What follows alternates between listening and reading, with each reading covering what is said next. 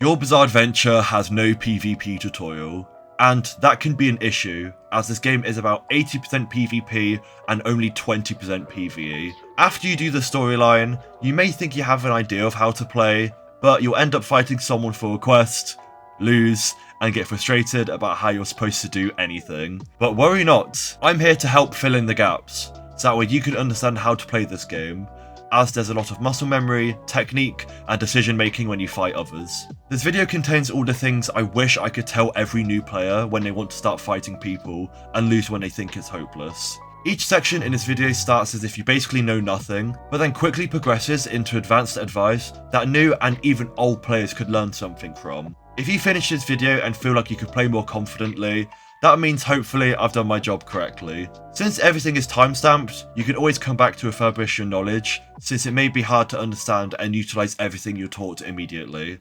especially if you're a new player.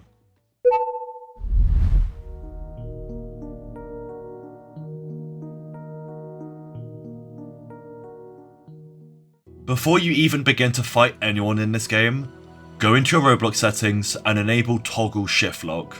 This is a must-have, as a lot of abilities in this game are tied to where your character model is looking, rather than where your mouse and camera is. There are some abilities that require mouse aim, but we'll get there later on in the video.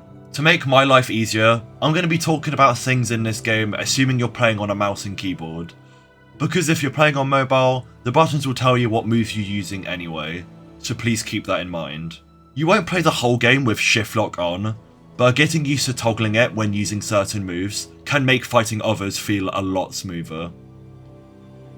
This is also your chance to change your dash and stand summon keybinds. YBA is a game where a lot of people would call it keyboard Jenga, as there's a lot of buttons to press across your keyboard when you want to use certain moves in a fight.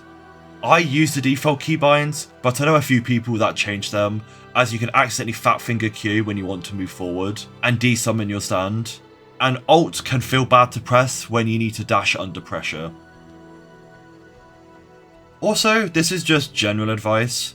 Whenever you use a new stand, always look at what the default keybind is for the move you unlock, and see if it feels right for you.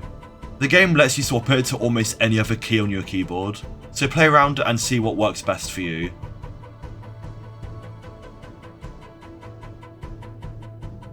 One last thing. Go into settings and turn off screen shake. There is almost no benefit to having this on, as it makes projectiles way harder to aim when certain moves are being used.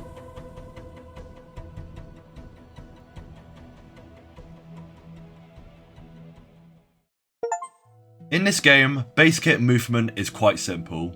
Firstly, you can walk and run around with WASD and press Ctrl to toggle between them. Secondly, you have a dash, which is Alt unless you changed it. By default, you start off moving at the displayed walking speed of 16. You'll almost never want to be walking in this game, as there's no real benefit to it. Then you can toggle to running by pressing Ctrl, which changes your walking speed to 32. This is assuming you have Agility 5 unlocked in your character skill tree. If not, your default running walking speed is 22. Then, for each agility upgrade, it increases your running walking speed by 2 respectively. But, is that all agility does? Well, if you've ever read the upgrade description, you'll notice that these upgrades also increase your dashing distance. Here are all 5 dashes next to each other, so that you can see the difference in the upgrades. It's quite noticeable, right? So, more often than not, it's worth it to max your agility, so you never have to worry about evading or not being able to catch up to people. When you fight others, it might feel a bit clunky, and that's because after you use any ability, your running stops and you get forced back into walking. So you need to press your assigned running button again. You need to get used to running around and using M1s or your abilities and start running again to catch up or reposition. You can practice this very easily in public servers against NPCs or just on your own. It's a good thing to note that when you get below 1/3 of your max HP, your walking speed gets lower until you get to around 1/5 of your max HP, where it stops getting lower and caps at 11.2 walking speed for walking, and around 27.2 walking speed for running. This lowers your movement by around 30%.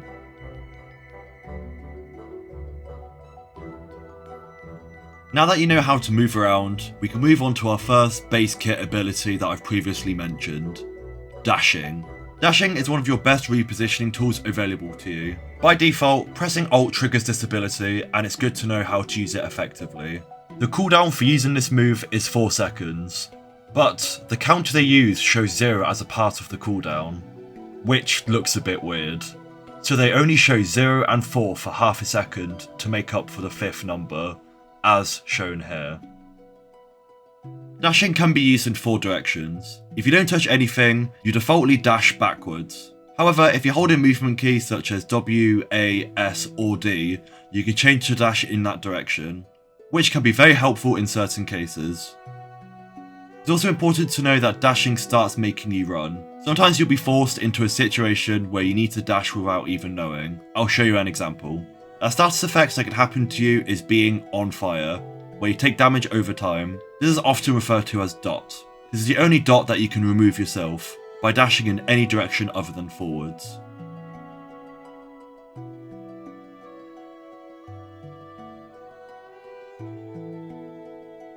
Dash is also useful when paired with moves, allowing you to either create distance to avoid being cancelled, or close the distance during the wind up to hit a move. For example, dashing backwards and using a projectile like Home Run right after, or dashing then using your Platinum Slam. Dashing midair can also allow you to greatly manipulate hitboxes to your advantage, but we'll talk about these interactions later. I'm going to talk briefly about blocking. Whenever you press F or the shield button on mobile, you toggle block. This slows your movement all the way down to a walking speed of 8. Thankfully, this doesn't bring you back to walking, it keeps you in running, which is really helpful and good to keep in mind. I'll explain more about blocking later on. Lastly, for the movement section, I'll talk about posing. This is such a key part of this game's mechanics and it's hardly even mentioned anywhere. The only way you'll learn about this is from word of mouth, such as a friend telling you, or me for example. Posing freezes you in place and makes you do a random JoJo pose from the anime/manga. It makes these menacings float all around you and does one important thing. It increases your health regen by 3.68, which at max health regen increases your HP recovery speed by over 3.8 times the default amount. This is so important for recovery in fights or after fights. Again, I'll talk more about this later. I probably should have spoken about this sooner, but this is one of the most important components about this game, next to movement. After you get to Prestige 3 and max your level at 50, you'll notice you will have 100 skill points. This is the max you can have in the game, and this is how you'll be making your builds. You have 3 skill trees in this game. The first one I'll be talking about is the universal character skill tree, which you can find in the bottom right menu, then in character. The first thing in this skill tree that you'll see is the agility upgrades, which I've already spoken about earlier in the movement section of this video. This costs 8 points to max if you were to unlock it all, which I'd recommend for the dashing distance and the sprint speed. The second thing is Worthiness. Luckily, thanks to a recent update, this has been made very simple. It's a single node in the skill tree that when unlocked, it makes it so you can use arrows, rib cages, and any other stand evolution item. This is a 0 skill point cost, so you can always have this unlocked. The third thing on your tree is Sturdiness. This has 3 upgrades, and does the following effects. It decreases your ragdoll duration, it increases your block power, and finally, it increases the cooldown of getting stand crashed. Now, if that sounds confusing, don't worry, I'll go over what all these effects do. Decreases your ragdoll duration. Ragdoll duration is when you get hit with any heavy move that makes you unable to move, and slides you across the floor in a ragdoll. By default, your ragdoll duration when being hit with a basic M2 attack is 1 second. Then, for each Sturdiness upgrade, it decreases your ragdoll duration by 0.2 seconds respectively. This is usually good, as it makes it so you can recover faster and start fighting quicker. Increases block power. By pressing F or the shield button on mobile, you can start blocking. This isn't a toggle but rather a hold ability. Again, I'll go into proper detail about blocking later, but right now, let's focus on moves that hit your block without breaking it. When you get hit with, let's say, M1s, your hidden block power slowly decreases. When it's depleted, you're block broken and momentarily stunned. By default, your block power is 56. Then, for each Sturdiness upgrade, it increases your block power by 4 respectively. This usually doesn't matter, as your block power can be reset within seconds, just by letting go of block and repressing it. So unless you're holding it down against a gang, this mechanic usually won't work against you. Increases the cooldown of getting stand crashed. Being stand crashed means when you get hit with some heavy attacking abilities, your stand automatically gets desummoned, meaning you have to manually resummon it upon getting up. By default, the cooldown is basically non-existent, and I can't find the exact time, as you can get instantly stand crashed again right after you get up and get hit as soon as possible. Then the cooldown becomes... Wait, why didn't I stand crash here? Okay, so Sturdiness also has some hidden mechanic, where some heavy attacking moves don't stand crash you anymore when unlocking Sturdiness 1. This includes your M2 heavy attack or your stand barrage finisher. Some moves still stand crash though, such as Go Beyond and Heaven Ascended Smite. Unless you're fighting multiple people at once with moves such as these, or in a 1v1 with someone using 2 stand crashing abilities and they happen to use it back to back, you don't have to worry about this mechanic much anymore. So if you ever get stand crashed back to back, just spam your stand resummon button and hope for the best. To max Sturdiness, it only costs 3 skill points, so it's relatively cheap. However, in my opinion, the last upgrade isn't mandatory, as the 0.6 ragdoll timer from upgrade 2 is enough to get by, and the extra block gauge from upgrade 3 doesn't mean that much. Having that extra skill point can really help unlock some extra upgrades in your stand and fighting style skill trees. Sturdiness took a lot of time, so let's swiftly move on to the 4th upgrade in the character skill tree, Vitality, also known as your HP. By default, your max HP with no upgrades is 100. Pretty simple. Vitality has 10 upgrade nodes, and they increase your HP by 10.5 for each one. So upgrade 1 increases it to 110.5. Then upgrade 2 increases it to 121. Then upgrade 3 to 131.5, and so on and so forth, until we finish at the last upgrade 10 of 205 HP. All these upgrades increase your HP by 105, costing a whopping 20 skill points. It's not very efficient to max all of these skill points, as they get more expensive the further up you go. Vitality 1 to 3 costing 1 point each, then Vitality 4 to 7 costing 2 points each, then finally Vitality 8 to 10 costing 3 points each. In my opinion, I don't bother getting the last 2 upgrades for Vitality, as it's an extra 6 points just for 21 HP. I'd rather use the skill points on health regen, which is the last thing to talk about in the character skill tree. By default, your health regen is 0.82 HP per second. Then with upgrade 1, it increases it to 0.923 HP per second. Each of these upgrades increase your health regen by 0.103, then 0.102 in an alternating pattern.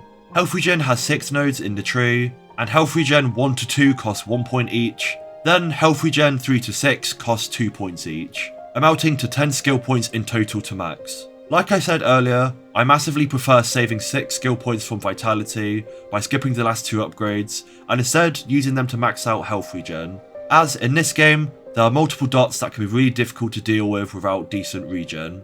For my character skill tree, I usually max agility, unlock sturdiness up to upgrade 2, max health regen, and finally unlock vitality up to 8. Altogether, this costs 34 skill points in total, leaving you with 66 used on your stand and fighting style skill trees. And that concludes the character skill tree. I know this was a lot of information at once, but this is the universal skill tree that everyone will have access to, so it's good to have an understanding of how it works. Next up, we have the stand skill tree, which will look different for every single stand. Some stands will have upgrades called Destructive Power, which increase the damage for your stand abilities, and your M1s. You'll usually want to max these, as they're generally really good, and sometimes required in order to access certain moves in the skill tree. It's also a good idea to read move descriptions, as they are good info as to what your move does. However, it's better to experiment on dummies or friends on what the moves actually do. I can't physically cover all stand skill trees, as there's over 40 to talk about. So instead, I'll talk about what moves fall into what category in the move properties section. I'll also do the same thing about fighting style skill trees, as we'll be here all day. Your character skill tree can be the most important skill tree to understand, as it's the one you'll always be putting skill points into. The way moves work in this game is pretty simple as they fall into a few categories: blockable, block breaks, block ignore, and parryable. Now, some moves are just the one category, however some moves can be both, but these are just really niche cases. And don't worry, I'll explain what each of these categories mean in a second. There's also some small subcategories such as chip damage, which goes through block, but at a reduced amount.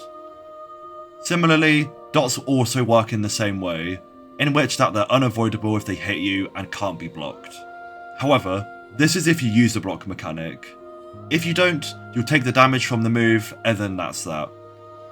Some abilities in this game have nothing to do with blocking, and they'll do other things to your character, such as Timestop, healing move, and counters, but they're all pretty self-explanatory as to why blocking isn't used. This leads me on to talking properly about blocking, which I've mentioned before in the skill tree section. So, holding block against moves depletes your block power, and if the value depletes, you get stunned with a block break, which we've already talked about in the skill tree section. However, what I haven't gone into detail about is how the stuns function. Getting block broken by your block power running out, or getting hit by a block breaking move while blocking, stuns you for 2 seconds exactly. Pretty straightforward.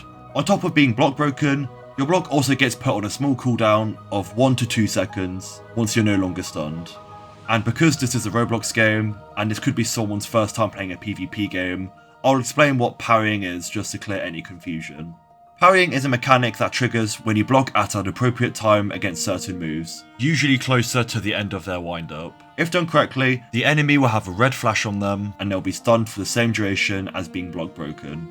This is a pretty important mechanic, so don't hesitate to read up on what moves are parryable, as one parry can turn around entire fights. Just to be clear, the stun timer to getting parried is 2 seconds, and it's basically the same as getting block broken. A good way to try and parry the enemy correctly is to watch and listen, as moves will have a sound cue that you can listen for, an example of that being stand barrage finisher. It makes a general heavy hit sound, followed by the stand exclusive voice line for the move. During the animation, the stand will come forwards and recoil their arm back, pause for a few moments, then punch forwards and hit you. In that pause of them being in front of you with their arm recoiled, that's your window where you should press or hold block to successfully parry. Thankfully, this game is quite forgiving for the timings, so it should be pretty easy to learn if you practice with someone you know. It is important to note that not every parryable move will have such an obvious animation or voice line to match this example to. So some will look faster or longer depending on what animation you're looking at. However, most do look alike. So your best bet is to keep playing and learn by trial and error. And something I've spoken about briefly in the skill tree Sturdiness section, and at the end of this section, was block power, and the fact that it depletes by the enemy hitting it enough to cause a block break. But unless you're in a 4v1 in the still boring game mode, or you're just being bullied in main game, you should never let this run out. A good habit to train is to briefly unblock, then block again, as resetting your block instantly refills your block power. But keep in mind that resetting your block also puts your parry on an invisible cooldown, which prevents your parry from working. Get used to finding good moments where you can reset your block in fights. Lastly, I'll talk about block ignore. There are 4 types of block passing moves. Passive. These don't force you to unblock, but still do damage and sometimes block damage, like Thunderbolt or sword style moves with a certain passive. Active. These forcefully disable your block and put your block on a cooldown if they hit you while you're blocking. For example, Magician's Red's Crossfire Hurricane's Direct Impact. Semi-active. These forcefully disable your block as well, but don't put it on a cooldown, allowing you to instantly block again after being hit by them. For example, current Space Ripper Stingy Eyes with the block pass upgrade. And finally, ragdolling. These will bypass your block entirely and deal a good amount of damage, but ragdoll you in return. Not all of them are parryable, like bombs from Killer Queen, but most are, like King Crimson's Impale. Sometimes there isn't a lot you can do about the moves that act this way. Most people will try and avoid getting hit with these moves, as it's guaranteed damage, and I would advise you to do the same. But more often than not, these moves aren't too lethal, as there aren't too many moves that do this. So don't worry about it too much, and try to recover if you get hit by them. Now, when it comes to dots, or damage over time effects, there are a few in this game that exist. Those are Fire, Poison, and Bleed. I'll quickly cover bleed and poison as they practically work in the same way. These dots are usually tied to a move such as chop or bulb throw, where they'll have ability damage followed by the ticking dots. These sort of work as an anti-heal, as the damage you take over time outweighs your health regen, regardless of whether you have it maxed out or not. Poison is usually shorter and does more damage faster, and bleed is typically longer and does the same damage but slower. However, burn is the only status effect that you can remove without a heal, and if you've been paying attention, you'll remember that I spoke about this with dashing in the movement section. You can dash in any direction other than forwards to immediately remove the dot. To quickly expand on the whole dots being an anti-heal mechanic, using any heal ability on yourself or others while they have a dot on them reduces the heal to 60% of the original amount to counterbalance the fact that you've stopped the dot early. For example, my Lord Over Heaven's heal right now is doing 35 HP. However, if I'm inflicted with poison and I use the heal, I recover 21 HP and the poison immediately stops. On top of lowering the healing amount from your moves, these also heavily decrease your natural regeneration, scaling with the upgrades. So, just in case you've ever wondered why your heal does less than what you think it should be doing, this mechanic is probably what's causing it. What I haven't mentioned yet is that this same mechanic for healing dots applies to remove limbs, which is the perfect transition for our next section. I have to talk about some move exceptions that have extra effects that don't fall into dots or anything else, and that is having a limb removed. Whenever a limb removal move is used, such as the hand's erasure from the hand, it can remove either your left leg, right leg, or your left arm. There can only be a max of 3 removed limbs at any given time, and it can be something to note that your right arm can never be removed, otherwise you won't be able to block, which is very unfair, so it makes sense why this limit is in the game. It's important to note what the negative effects of having an arm or leg missing is, so I'll explain. Having a leg removed makes you unable to run, reducing you back to walking. Depending on the move, you can have your limb removed for a minimum of 2 seconds or a maximum of 25 seconds. So this penalty can be quite bad, because walking makes you quite susceptible to incoming damage. Having an arm removed makes you take 15% more damage from any damage source. Same thing applies where the time they're removed from is a minimum of 2 seconds and a maximum of 25 seconds. Each limb removal is on its separate timer to regenerate. This is to prevent someone constantly using limb removal abilities to keep you at a permanent disadvantage. Speaking of regenerating, it can be useful information to know that using the vampire race / fighting style regenerates limbs twice as fast as humans. Whereas most are random, some moves only remove a specific limb, so watch out for those moves and adjust your playstyle and positioning accordingly. There's no shame in turtling with a removed arm or lowered physical defense when you understand how much damage you can take from them. Okay, so we're going to be talking about something that can be complicated and needs some explaining. That of which is moves either being cancelable, having super armor, or having hyperarmor. Cancelable moves make up around 60 to 70% of all abilities in this game, and they're quite simple.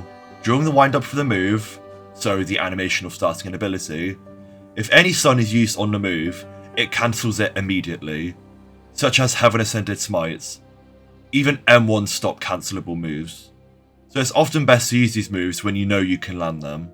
Super armor moves are the same as cancelable moves, however they can't be stunned out of them, so if M1s are used, the move will still happen, such as Heavy Punch. However, any abilities that ragdoll can cancel the move, such as Rod Slap. Now you can probably see where I'm going with the last one. Hyper armor moves are the same as super armor moves, where they can't be stunned out of the moves, and they can't be ragdoll cancelled from the move as well. So if you try and ragdoll them during the wind up, the move still goes through anyway, such as using Knives from the World.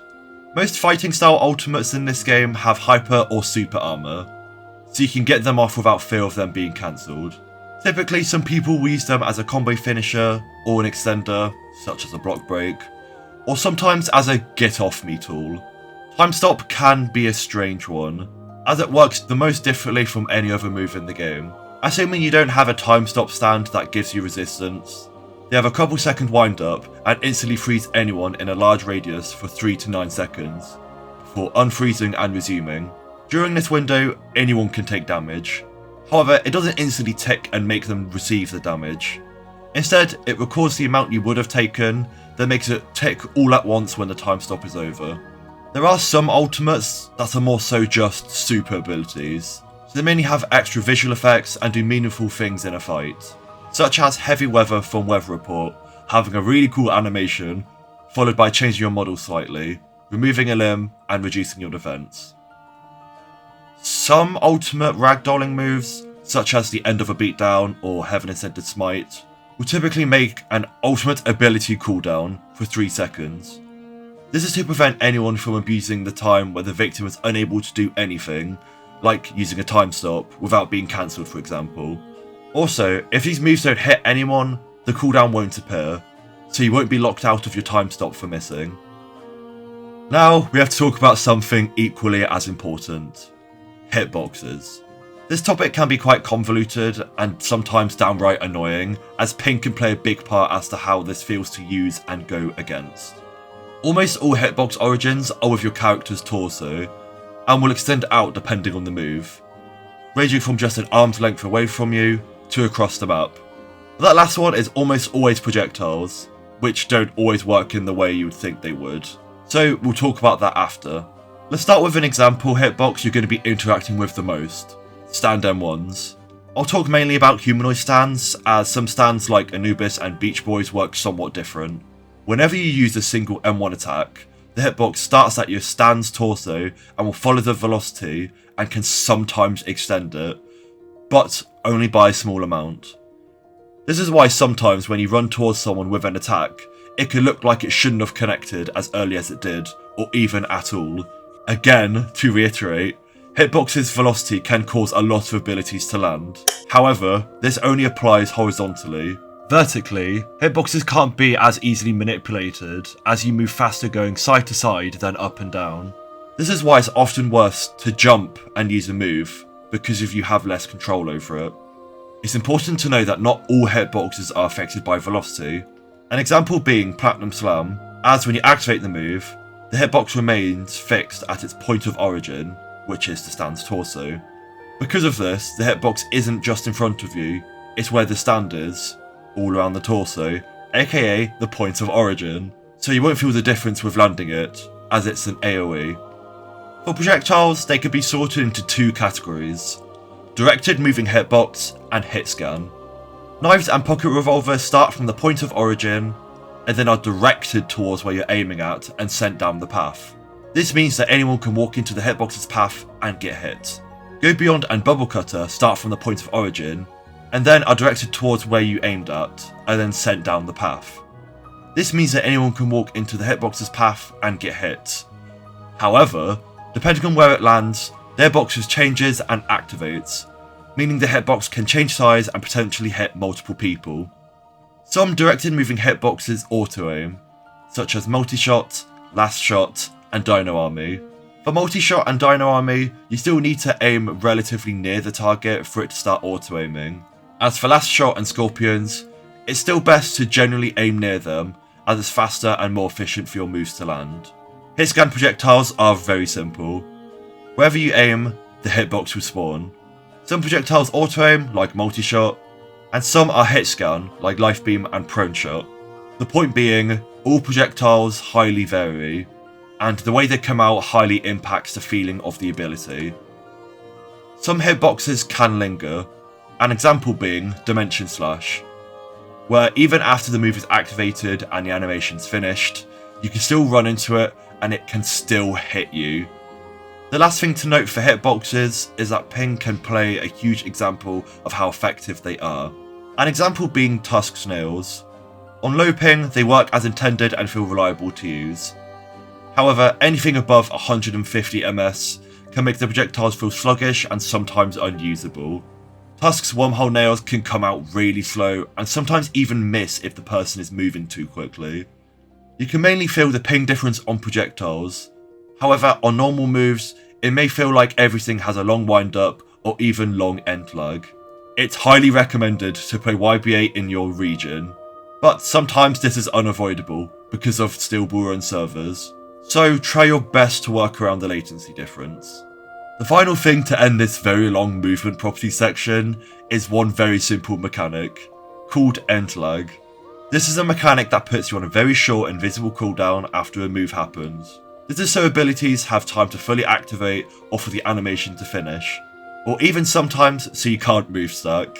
This gives the enemy some times to punish or dodge missed attacks. Some abilities have extra Endlag, such as Heavy Punch and Jawbreaker, and some abilities have extra Endlag if you miss the move, such as Starfinger and Lightning Elbow. This is to allow further punishment as they're strong moves. It's important to note that the range of Endlag timers are vastly different for each ability, so it's a good idea to use the move and hold block after to test for yourself. Now that every single game mechanic has been explained, I can finally talk about how to apply all of this to fights, and how you're going to see other people play. I'm going to put a disclaimer here, as I need all of you to know that this is made from my knowledge and experience over the past 5 years, so it is opinion based. If you agree or disagree with anything in this section, please let me know in the comments. Now, let's begin. The first thing you're going to have to get used to practicing and getting good at are M1 trades. This is where you and another person keep taking M1 attacks in an attempt to get the other person to use a cooldown, or look for a window of opportunity to progress the fight. This is your neutral in a fight. M1 trades usually last for 1 to 4 M1s, as the final 5th one ragdolls and knocks them back. The most common one you'll see, and probably use, is 1 M1 into an ability, as it has just enough stun to pull off a cancelable move, such as Jawbreaker. This works because after 1 M1 attack, the opponent barely has enough time to make a decision when they realise they're being M1 chained. They can either take the hit, block, dash, or try to M1 back, or rarely even counter. This does vary from player to player and from stand to stand, so recognise what your opponent's habits are and try to play around that effectively, as some people, especially in SBR, don't even bother trying to do M1 trades and would rather just use abilities. Lastly, M1 attacks have this mechanic where they can crit. This means that there's a base 10% chance for your M1 attack to deal 50% more of its damage. An example of this is a soft and wet go beyond doing an M1 chain. Usually their M1s deal 8.9 damage, but a crit does 13.3 damage and shows a little explosion icon next to the damage number. In Steel Ball Run, this mechanic is heavily abused, as there are blessings that add the ability to make your stand and fighting style crit, while increasing the chance of crits happening. Anywhere outside of Steel Ball Run, you don't have to worry about this crit mechanic, as it barely adds up and makes a difference in whether you lose or win the fight, because it only applies to M1s. Again, you don't have to worry about this at all, as in the 1v1's game mode, crits are entirely disabled. Next up, we have the general tips. These will be things that will help you progress in most 1v1 scenarios or even some team fights. The first thing I'll mention is a stat called Physical Defense. This stat lowers the damage you take based on how much physical defense you have. You can find these stats in your character menu. The calculation for this is shown on the screen right now. So if I were to have 20 physical defense, I would input 0.2 where the physical defense is on the formula. Let's say I take 5 damage. I'll put that number where the damage is.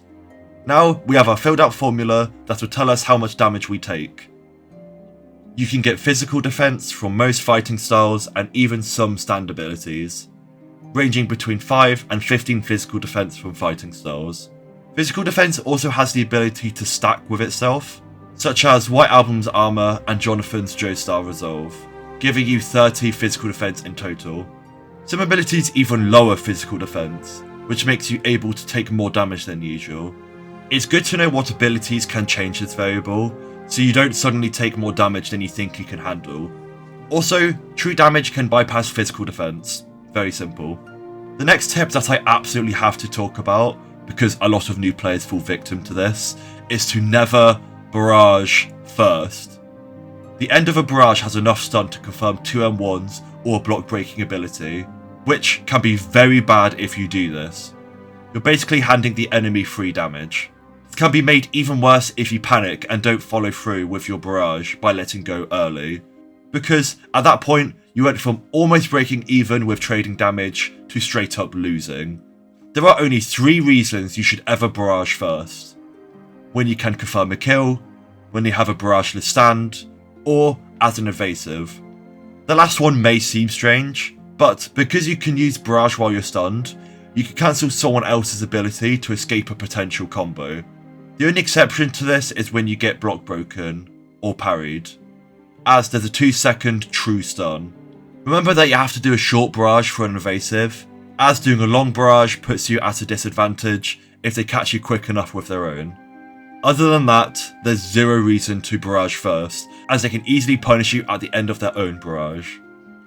We spoke about projectiles earlier and how they work, but what I haven't spoken about is how to play with and against them. Playing with projectiles is pretty simple, as you can poke and keep the pressure up if they don't have any ranged abilities. This works because they have to get close to you to deal damage.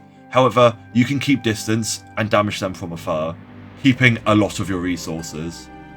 This can also be a very useful tool to catching up to players. Earlier on in the video, I spoke about how the travel time for your projectiles is reliant on ping if they're not hit scan.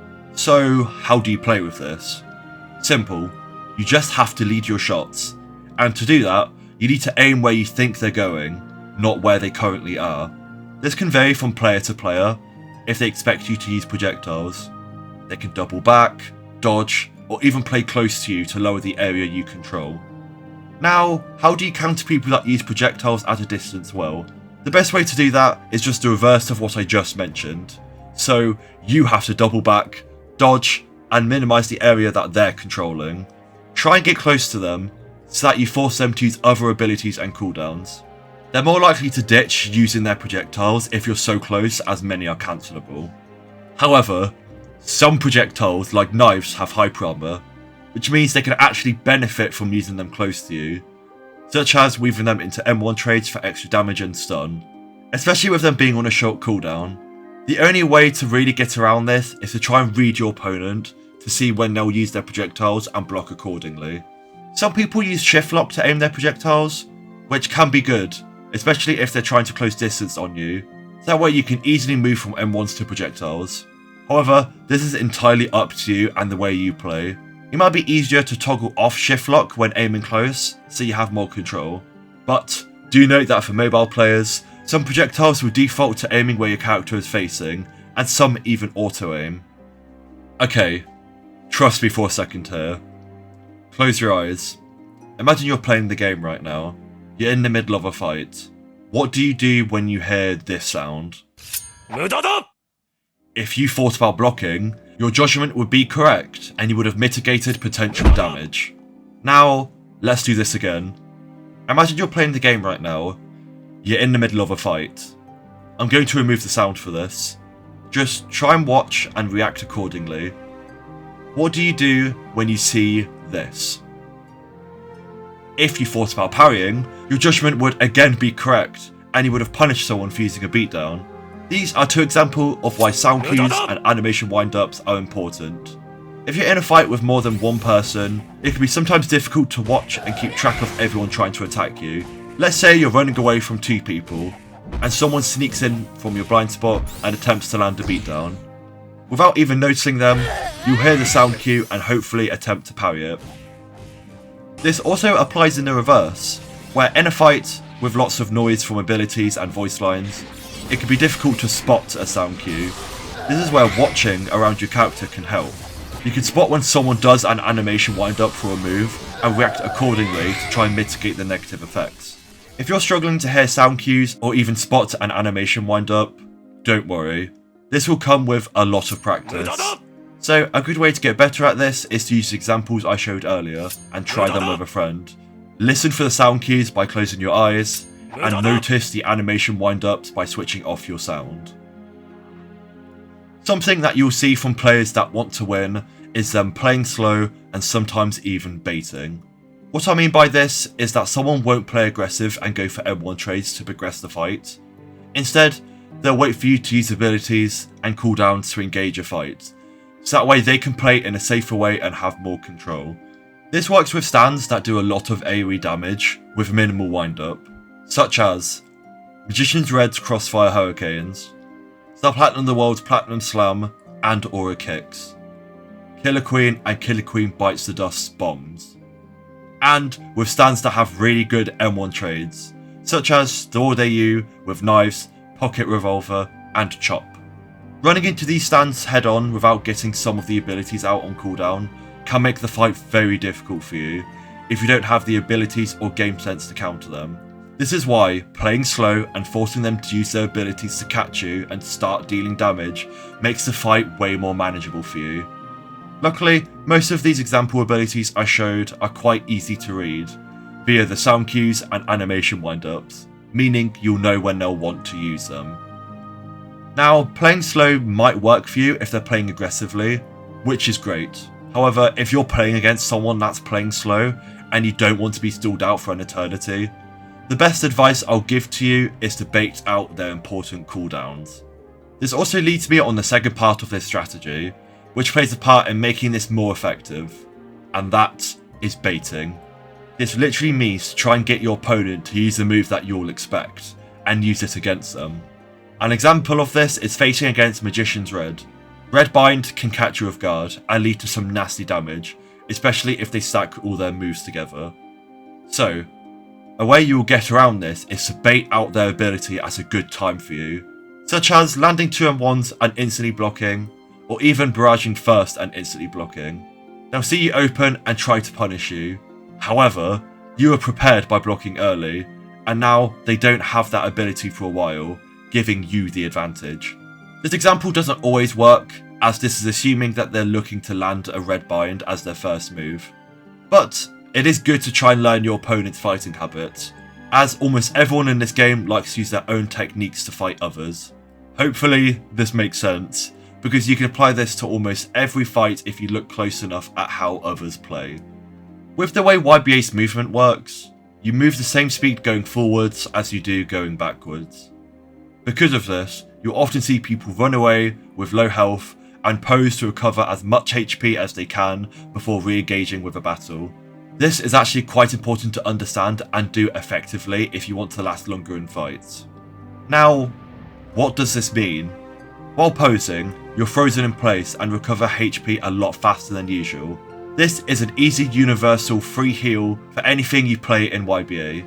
However, because you're frozen in place, it does make you vulnerable to oncoming attacks, so be mindful of this. You can get around this vulnerability by pose tapping. Pose tapping means to create distance with a player and pose for as long as you can get away with. When they inevitably close the gap, you stop posing, block the incoming damage, in most cases depending on the move, and run away to create distance again to repeat the same cycle, until you've recovered enough HP to want to restart fighting, or even run away. And why does this work? It's as simple as stand abilities to catch up to people not being as good as your built-in core mechanics. This is because they either have to use short invisible cooldowns, like dashes, or they have incredibly microscopic invisible cooldowns, like blocking, running, and posing, while normal stand and fighting ability cooldowns range from 6 to 20 seconds on average. It can feel like a game of cat and mouse when trying to catch up to someone unwilling to fight. This is because you have to use more ability resources to get them, whereas they can use the bare minimum to recover and escape, or reset and go for another fight attempt. It's important to know that whenever you or an opponent has significantly lower HP than the other, the below 1/3 mechanic creeps in and can further punish the person at lower health, as the mechanic makes you increasingly slower, as previously mentioned way back at the beginning of the video. The 1/3 HP mechanic does help counter the running and posing strategy. However, against professional runners, this won't always work, because of the reasons I mentioned earlier.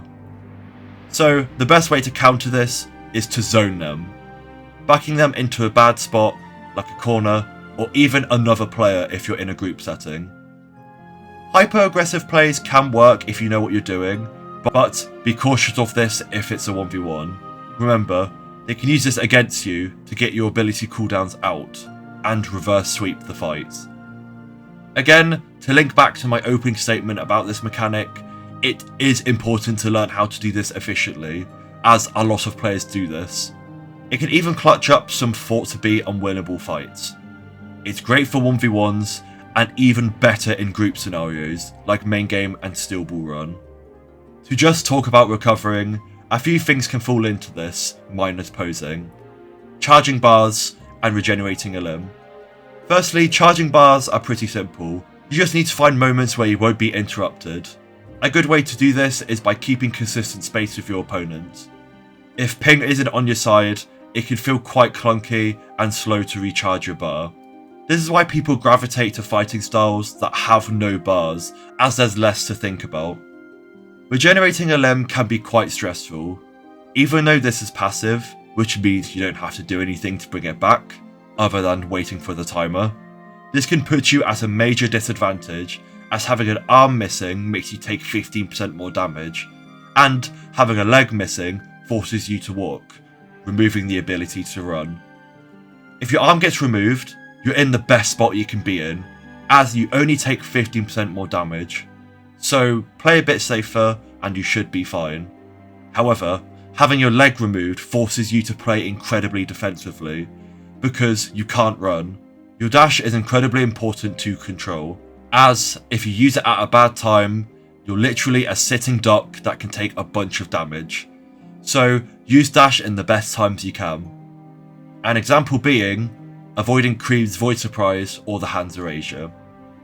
Something I can talk about is noticing how certain stands play, and what to do when you play as and against them. All stands can fall into one of these categories: All-Rounder, Rushdown, Zoner, Bait and Punish, Hit and Run. It's important to know that stands can get reworked and adjusted, so in the future they can move categories as the power can shift. For some people, stands can be in entirely different categories depending on playstyle. It's entirely opinion based. This isn't mandatory to learn, as putting a character into a box won't change the way people will play them. This is rather a newbie guide, so that when you learn to deal with one kind of stand being played, you can kind of apply your knowledge of how to counter them to another stand in the same category. These are good to note, so that when you play with and against these stands, so you can adjust your playstyle and make your life a lot easier when you know what to expect from certain categories and even some stands. You can ignore this section entirely if you don't think it's useful to you. This isn't every single strategy, otherwise we'd be here all day, but these are all the general strategies that I've seen over the past 5 years I've been playing, and the ones that I think are important to talk about and understand. I made this video to help new players and hopefully entertain the old players. This video took a very long time to make and I wish it could have come out sooner. Unfortunately, I got into a car accident on Boxing Day, which delayed a lot of the work I already did, as dealing with the accident took up a lot of my time in January. But thankfully, it's over. My car is fixed, I'm better, and I'm ready to make videos again. If you like informational videos, let me know, as this was a bunch of fun to make, as I love rambling and explaining this game, as I've been here since the beginning. A big special thanks goes to Anthony for helping me write over half of this script and correcting my errors. A lot of other testers and people I know also helped me, and I'll list everyone at the end in the credits. Thank you all so much for the support. I love every single one of you, and I'll see you all again soon. Bye bye.